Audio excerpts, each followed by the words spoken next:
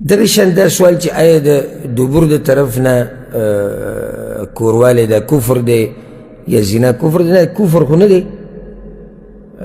د زنا مسله تېره شوې. سړی چې د خپلې زنانه سره کوروالی کوي او د حلاله زنانه چې د ده دپاره ده او ورسره د دبور د طرف نه کوروالی کوي، نو دا هم کفر نه دی. کفر اصغر ورته ویلی کېږي، وړوکی کفر دی. او کفر په دوه قسمه. یو لوی کفر هغه چې انسان د اسلام نه وباسي او هغې سره دی مرتد کېږي والعیاذ بالله. دویم کفر هغه دی چې هغې ته کفر اصغر ویلی کېږي، وړوکی کفر. په هغې سره سړی کافر کېږي نو خو په لویه خطره کېږي. نو ځکه بعضو ګناهونو ته په حدیثونو کې کفر ویلی شوی دی، حالانکه په هغه ګناهونو سره سړی داسې نه کافر کېږي چې د اسلام نه وځي. نو هلته مراد کفر اصغري. او حدیث کې دا راځي، پیغمبر صلی الله علیه وسلم وی، امام احمد امام ابو داود دا روایت راوړی دی، من اتا حائضا او امرأة فی دبورها، څوک چې د حایض زنانه سره کوروالی وکړي یا د خپلې ښځې سره د دبور د طرف نه کوروالی وکړي، فقد کفر، نو د کفر وکړو.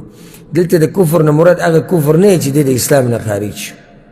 دلته د کفر نه مراد کفر اصغر دی، وړوکی کفر کې دی واقع شو چې باقي سره یو سړی د اسلام نه نوځي. الا په یو حال کې دی کافر کېږي، په کفر اکبر سره دی هم کافر کېدی شي او دا زنانه هم کافره کېدی شي چې کله دوی دا کار حلال وګڼي.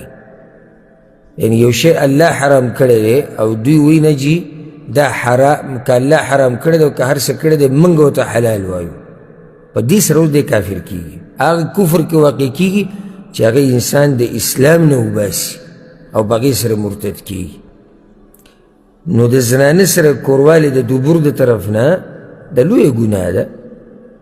او بعضو عوامو په زړونو کې دا دا سوالونه موږ نه شوي دي یو څو پیرې چې آیا دې سره زنانه طلاقېږي که نه؟ زنانه ورسره نه طلاقېږي، خو په لویه ګناه کې سړی واقع. او ځکه حدیث کې دا راځي چې امام ابو داود راوړی، پیغمبر صلی الله علیه وسلم ملعون من اتی امرأته فی دبورها، په هغه سړي باندې لعنت ویلی شوی دی او د الله د رحمت نه رټلی شوی دی کوم سړی چې د خپلې بیبي سره د شا د طرف نه کوروالی کوي. او د شا د طرف نه معنی دی چې په شا کې کوروالی.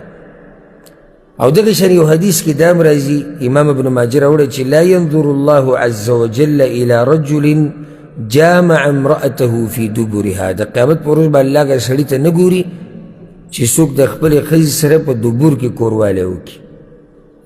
او څوک چې په دې ګناه کې اخته وي نو هغوی له پکار دی چې خالص توبه وباسي او الله ته واپس شي او د هغه اسبابو نه دې ځان لرې ساتي چې د هغې د لاسه دی په دې کارونو کې واقع کېږي.